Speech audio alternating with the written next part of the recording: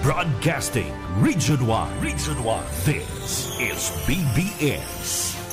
Bicol Broadcasting Systems Incorporated. DWLV 91.9 MHz. Your news and music stations. BBS. Basta Bareta. Sigurado.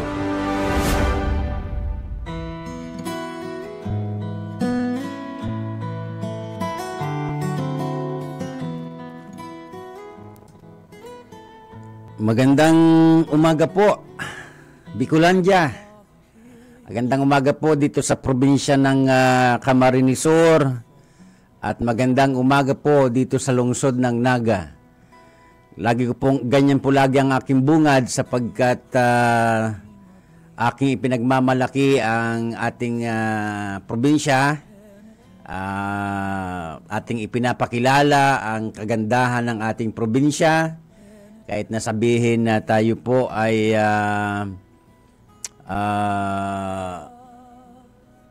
sabi ng iba, mas sikat daw ng ibang probinsya. Hindi po yun ang tinitingnan ko. Mas mahal natin ang ating bayan. Ano po? Mas maganda ang manirahan sa sariling bayan. Okay po. So magandang umaga. Sa ngalan po ng Alliance of Ministries of Metro Naga Incorporated, ako po ang inyong lingkod, Pastor Luis Bolaños. Makakasama nyo, maririnig nyo sa inyong mga transistor radio at mapapanood nyo live sa Facebook sa loob po ng 30 minuto.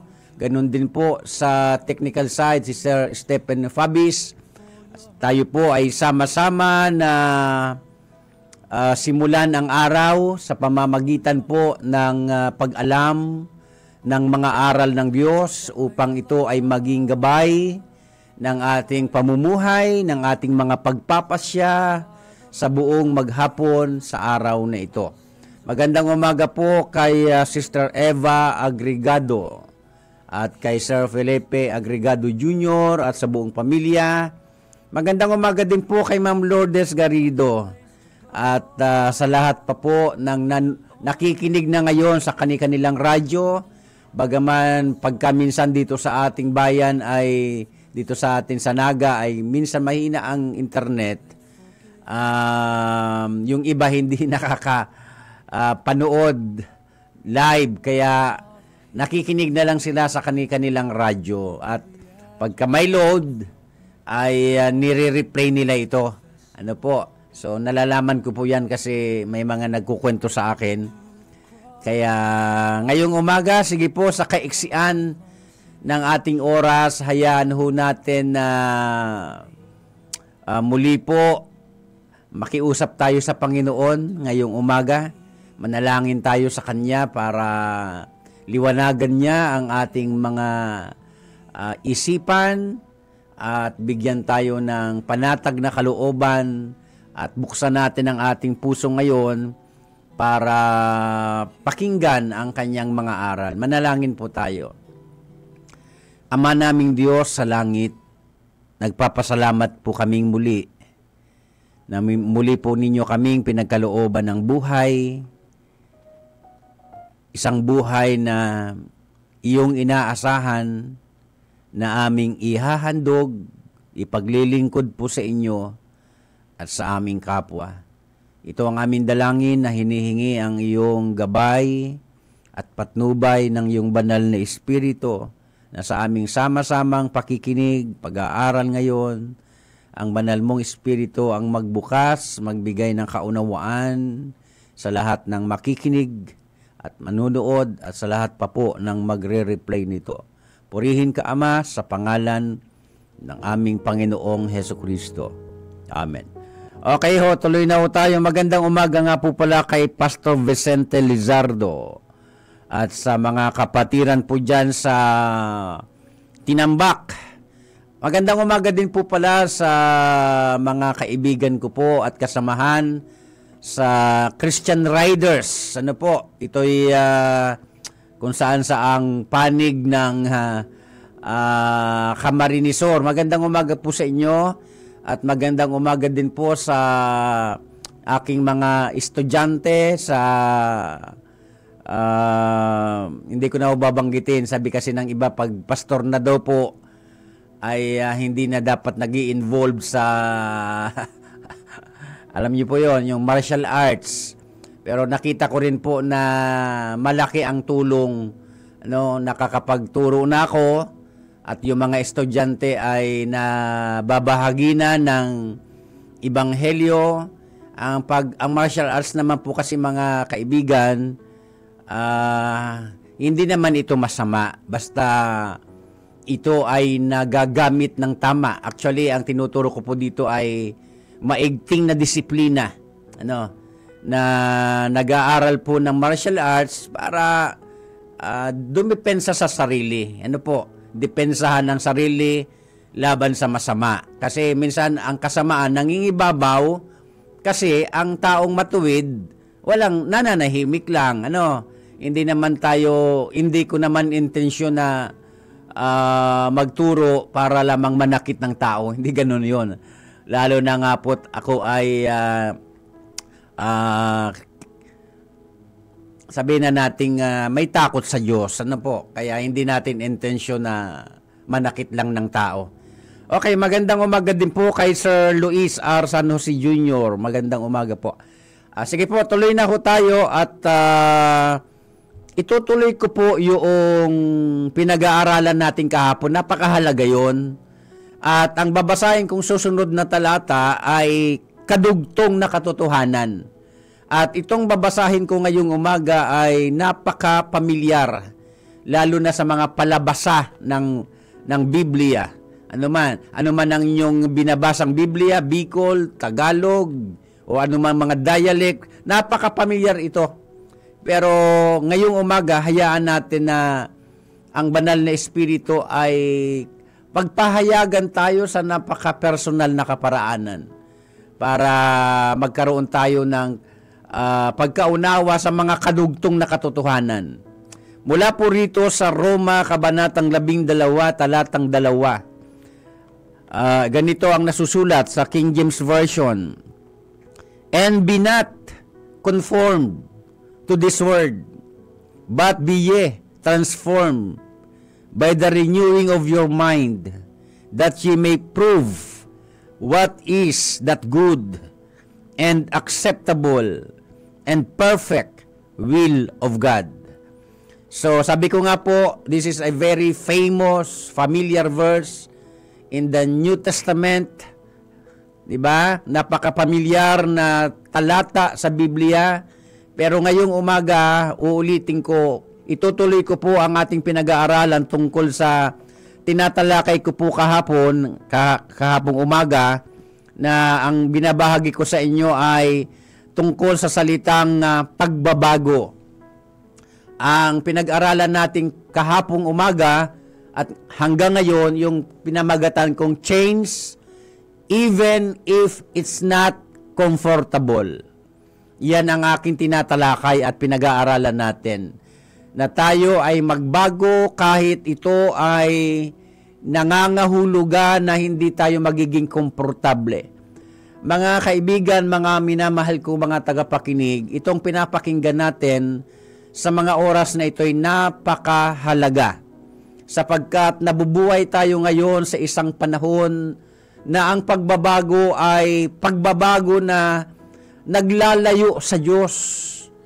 May dalawang uri kasi ng pagbabago. Pagbabago na nagiging sanhi para ang tao ay mapasama at mapalayo sa Diyos. At may pagbabago din naman na nagiging sanhi para ang tao na dati ay malayo sa Diyos ay napapalapit sa Diyos at nagkakaroon ng tama at tunay na kaugnayan sa Diyos na magdudulot sa personal na buhay ng tao para sa ikabubuti. Kumbaga, napapabuti ang tao. Kaya ang sabi ni San Pablo sa kanyang sulat, huwag kayong makiayon. Malawak yung salitang yon, maraming kadugtong na salita yon. Pag sinabing huwag makiayon, huwag makisama, iba po kasi ang salitang makisama sa makisama. Ang tinutukoy ni San Pablo, huwag kayong makikisama.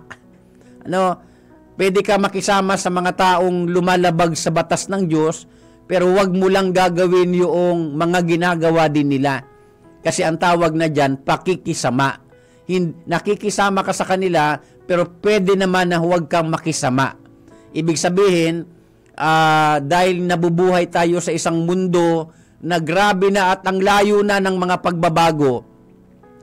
Pero ang mga pagbabagong ito, uulitin ko, kung papansinin ninyo, may mga pagbabago sa ating kapaligiran, sa ating lipunan, sa pamamalakad sa ating gobyerno. May makikita ho tayo na mga pagbabago na pwedeng maging sanhi ng pagkapahamak ng tao o sa ikagugulo ng buhay kapag hindi ito napag-ingatan. Kaya nga ang sabi ni San Pablo, huwag kayong makikiayon sa sistema. Bakit ano bang sistema ng ating mundo? O kayo na po kung kayo ay mahilig manood ng telebisyon, mga balita sa lokal, international, global, o kung kayo ay mahilig magbasa ng dyaryo, lalo na sa social media, makikita ninyo na may mga pagbabago sa ating lipunan na mapanganib. Hindi lahat ng pagbabagong naganap sa ating mundo ay para sa ikabubuti ng tao. Sumasabay ang tao sa sistemang makamundo na kahit nga mga nagsasabing Kristiyano ay natutokso pa din na sumabay sa agos. Kung mapapansin nyo, kung ano ang uso, sasabay sa agos. Kung ano ang ginagawa ng marami, aakalain ng marami na tama kasi ginagawa ng marami. Kaya ang sinasabi dito ni San Pablo na pagbabago ay yung pagbabago na magdudulot sa tao ng isang tama at tunay na kaugnayan sa Diyos. Di ba kahapon tinalakay ko ang Efeso Kabanatang 4, talatang 23 na ang sabi ni San Pablo sa kanyang sulat, magbago na kayo ng diwa at pag-iisip.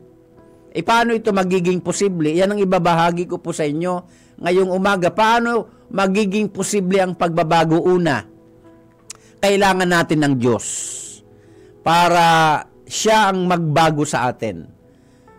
Sabi ko po kahapon, iba ang reformation sa transformation. Kailangan natin ang Diyos sa buhay natin sapagkat ang Diyos lamang ang may kapangyarihan na tuluyang baguhin ang isang tao na hindi ayon ang kanyang buhay sa banal na kalooban ng Diyos. Kaya hindi tayo pwedeng wag nating paniwalain ang ating sarili na may kayabangan na kaya ko naman anyang magbago kahit hindi ako magsimba, kahit hindi ako magbasa ng Biblia, kaya kong magbago. Marami akong narinig na ganyan. But again, Diyos lamang ang makapagbabago ng buhay. Kailangan ng tao ang tama at tunay na kaugnayan sa Diyos. Kaya doon lamang magiging posible ang pagbabago. Pangalawa, kailangan nating payagan ang ating sarili na magpabago. Hangga't ayaw nating magpabago, hindi tayo pakikialaman ng Diyos sa ating mga desisyon. Bakit po? Sapagkat simulat sa pulpa lang, ang ibinigyan ng Diyos ang tao ng free will. Kalayaang pumili, kalayaang magpasya. Pero kailangan kahit tayo binigyan ng kalayaan, dapat ang piliin natin yung makakabuti sa tao, makakabuti sa atin. Kaya minsan nakakarinig ako ng mga hindi tamang pananalita na magsasabi na bakit daw alam naman ng Diyos na ang tao ay mapapasama. Bakit lumikha pa siya ng mga bagay na ikakasama ng tao? Ang ganyang mga salita ay patunay na ang tao ay hindi niya inaalam kung ano ang mga aral ng Diyos. Oo nga po, marami sa paligid natin ang pwedeng makasama sa atin, pero nasa atin yun. Tayo ang magpapasya kung gagawin natin ang makakasama sa atin o hindi. Totoo na maraming bad influence sa ating kapaligiran. Pero tayo pa din ang pipili kung papayagan natin ang ating mga sarili na mahawa ng maling sistema o kaya masamang sistema na nakikita natin sa pang-araw-araw na buhay. Kaya ang sabi ni San Pablo, be transformed by renewing of your mind. So napansin nyo, una, kailangan ng tao ang Diyos para magbago. Kasi ang Diyos lamang ang ganap na makapagpapabago sa isang tao na dati ay masuwayin sa Diyos. Pangalawa, payagan mo ang sarili mo. Payagan natin ang ating sarili na tayo ay magpabago sapagkat ang pagbabago na tinutukoy ni San Pablo ay pagbabago sa ikabubuti. Pagbabago na mapapabuti ang tao pagka pinayagan niya ang kanyang sarili na baguhin tayo ng Diyos. Alam nyo, ang Diyos naman mapagmahal na Ama sa langit. Parang mga magulang din dito sa lupa. Yung mabubuti at tunay na mga magulang, wala pong ibang hinangad, mapabuti ang mga anak. Kaya ang mga magulang, kahit naiirita ng mga anak, ay walang tigil, walang sawa na mangaral ng tama para sa ikabubuti ng mga anak. Pero kahit gaano kabait ang magulang, kahit gaano kabuti ang magulang, pagka ang anak sutil, pagka ang mga anak suwail, kahit gaano man kagandang yung ipinangangaral sa iyong anak, ang anak mo pa rin ang magpapasya para susundin niya ba ang iyong ipinangangaral sa kanyang ikabubuti o hindi. Ganon din naman ang Diyos, mga kaibigan, mga minamahal kong mga tagapakinig. Kailangan natin ang Diyos para baguhin niya tayo. Hindi ako maniniwala kung sasabihin niyo sa akin na kailangan natin ng iba para baguhin tayo. Pwede na magabayan lang tayo. Okay? Pwedeng pagpayuhan lang tayo ng tama at makadiyos na aral. But again, ang pagbabago, desisyon ng sarili. Pagpapasya ng sarili. Tayo ang pipili kung papayagan natin ang ating sarili na mula doon sa kadiliman ay lumipat sa kaliwanagan. Na mula doon sa kasamaan, lumipat sa tamang pamumuhay. Ebidensya po niyan ang buhay ko. Hindi ko man maikwento sa inyo ng detalyado ang buhay ko. Pero tandaan niyo po, hanggat hindi natin pinapayagan ang ating sarili na baguhin tayo ng Diyos, mananatili ka dyan sa isang kalagayan na kahit may relihiyon ka pa, masuwayin ka sa Diyos. Kaya wag natin ginagamit ang ating mga relihiyon.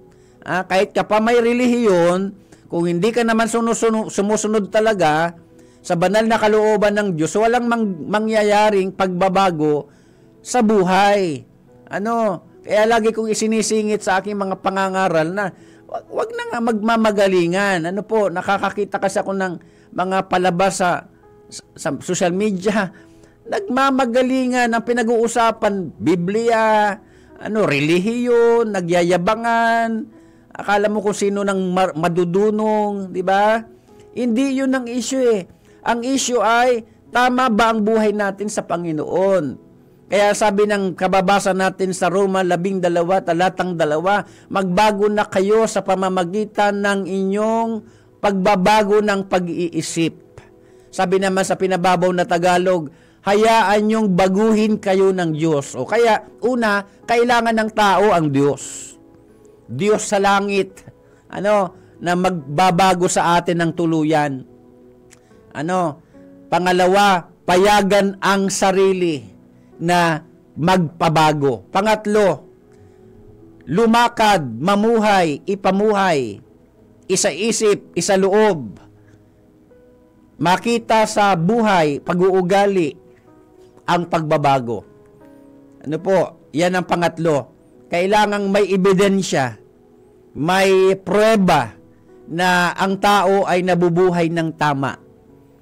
Nakakakita ko minsan dyan sa kung saan na pampublikong mga establishment, may nakalagay dyan na be honest, di ba? Maging tapat kahit ang iba hindi. Maging tapat kahit ang iba hindi ito ginagawa. Maging tapat kahit ang iba ay hindi ito magagawa na maging tapat. Pero ikaw na may takot sa Diyos, dahil binago ka ng Panginoon, makita yon sa buhay ng tao. Makita sa buhay natin ang pruweba. sa nakikinig sa akin ngayon na may takot sa Diyos, alam ang mga aral ng Diyos, very familiar po tayo sa 2 Korinto, Kabanatang 5, Talatang 7. Nasusulat po dyan na ang sinumang nakipag-isa kay Kristo ay isa ng bagong nilalang. Yung dati wala na, siya ngayon ay bago na, sabi sa pinababaw na Tagalog. Sino daw nakakaranas ng tunay na pagbabago? Yung nakipag-isa kay Kristo. Hindi lang naniniwala. Nakipag-isa, ibig sabihin, mayroong tama, tunay at napakalapit na kaugnayan sa Diyos na nakakapagpabago ng buhay. Alam nyo, mga minamahal ko mga tagapakinig, marami tayong nasasaksihan na mga himala, mga sakit na gumagaling, basta maraming himala. Pero alam niyo po ba, ang pinakadakilang himala ay yung pagbabago ng Diyos sa isang dati ay pusakal na kriminal, dati ay masamang tao, dati ay makasalanan, binago ng Diyos. Yan ang pinakadakilang himala. But again, ngayong umaga, mga minamahal kong mga tagapakinig, mahalagang maintindihan natin na ang pagbabago ay Diyos lamang ang makagagawa. Pangalawa, sa pamamagitan ng pagpayag mo. Pagpayag ko, na baguhin tayo. Kahit gusto naman tayo ng Diyos na gabayan niya, kung ayaw naman tayong paggabay, ayaw nating lakaran ng tamang daan, wala naman talagang magagawa. Walang pagbabagong mangyayari. Pangatlo, yung pagbabago na tinanggap natin, yakapin natin. Yung pagbabagong ang Diyos ang may dulot. Yakapin natin at ipamuhay. Para wag na tayong makabalik pa sa dating madilim na pamumuhay. Alam nyo, nabubuhay tayo ngayon sa isang panahon na maraming tao ang nadirimlan ang pag-iisip.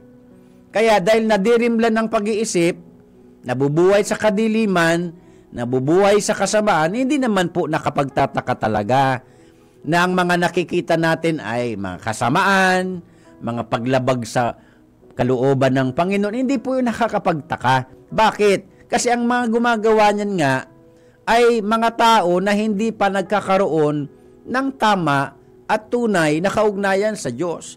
Pero tayo na nagsasabing may mga relihiyon, nagsasabing naniniwala sa Diyos, di patunayan natin para may maiambag tayong mabuti sa ating sarili, sa pamilya, sa mga taong konektado sa atin, sa gobyerno. Kahit nga po sa ating gobyerno, di ba, nagagalit tayo, naiinis tayo pagka nakakakita tayo ng mga gustong baguhin na hindi naman talaga dapat baguhin, mga pagbabago na ang unang naaapektuhan ay ang maliliit. Di ba nagagalit tayo ng ganoon? Ganoon talaga yon, sapagkat nabubuhay nga tayo ngayon sa isang panahon na mas nangingibabaw ang paglabag sa Diyos kaysa pagsunod sa Diyos. Oo nga, dumarami ang mga relihiyon, dumarami ang mga sekta, pero hindi yan ang solusyon Ang solusyon, payagan ng tao ang Diyos na baguhin tayo. Yan ang solusyon dyan. Kaya sabi ni San Pablo, huwag kayo makikiayon sa sistema ng mundo, kundi magbago na kayo sa pamamagitan ng pagbabago ng inyong pag-iisip upang, sabi niya, inyong maunawaan kung ano ang mabuti. Pag wala pang pagbabago, hindi nauunawaan ng tao ang mabuti. Basta ang alam niya, ang alam natin, yung ginagawa natin kahit masama, mabuti. Pangalawa, para inyong maunawaan kung ano ang nakalulugod sa Diyos.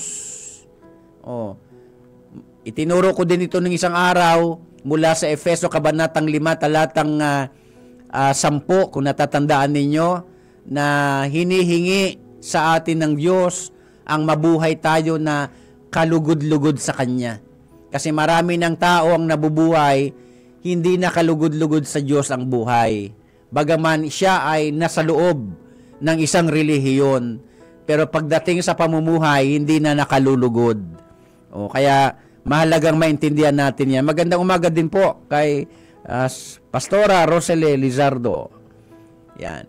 Kaya mahalagang maintindihan natin ito, mga minamahal kong mga tagapakinig. Pangatlo, para maunawaan ninyo kung ano ang talagang ganap na kalooban ng Diyos.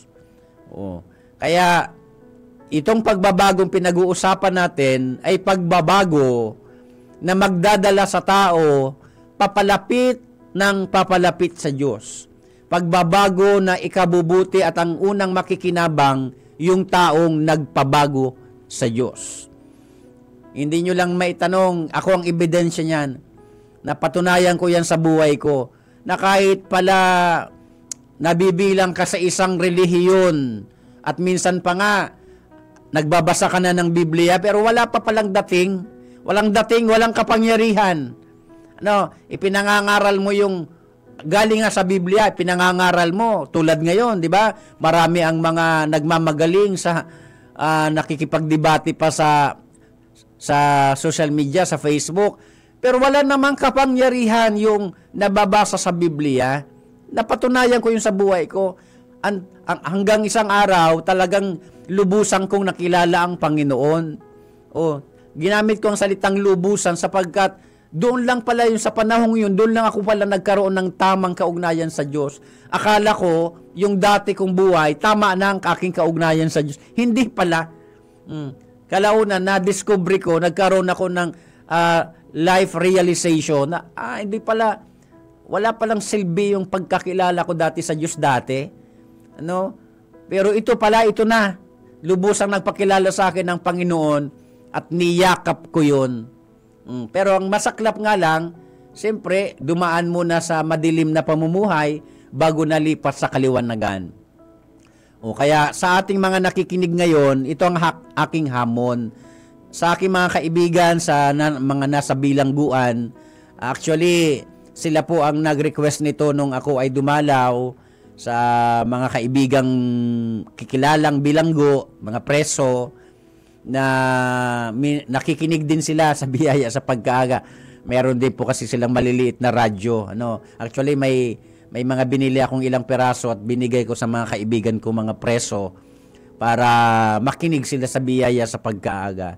Kung ngayon, ang buhay mo ay hindi tama, hindi imposible na gawin ito ng Diyos ng tama. Magpabago ka lang. Okay? Payagan mo ang Diyos, tanggapin mo ang Panginoon Kristo bilang Panginoon ng iyong buhay at tagapagligtas ng iyong buhay, magiging posible ang pagbabago. Manalangin po tayo. Panginoon namin Diyos, marami pong salamat sa umagang ito sa paalala ng iyong banal na salita. Pagpalain niyo po ang lahat ng nakinig at nanood at sa lahat pa po ng magre-replay nito. Pagpalain niyo po ang programang Biyaya sa Pagkaaga dito po sa DWLV 91.9 FM at ang lahat ng staff ng radio station ito, pagpalain niyo po sila, lalo na po ang Villaferte family, pagpalain niyo po sila. Salamat po. Ito ang aming dalangin sa pangalan ng Panginoong Kristo. Amen. Muli po, ako po ang inyong lingkod, Pastor Luis Bolaños, at susunod na po ang Kakampi Network News. Ihatid ni Sir John Bernas. Magandang umaga po sa inyong lahat. Pagpalain kayo ng Panginoon.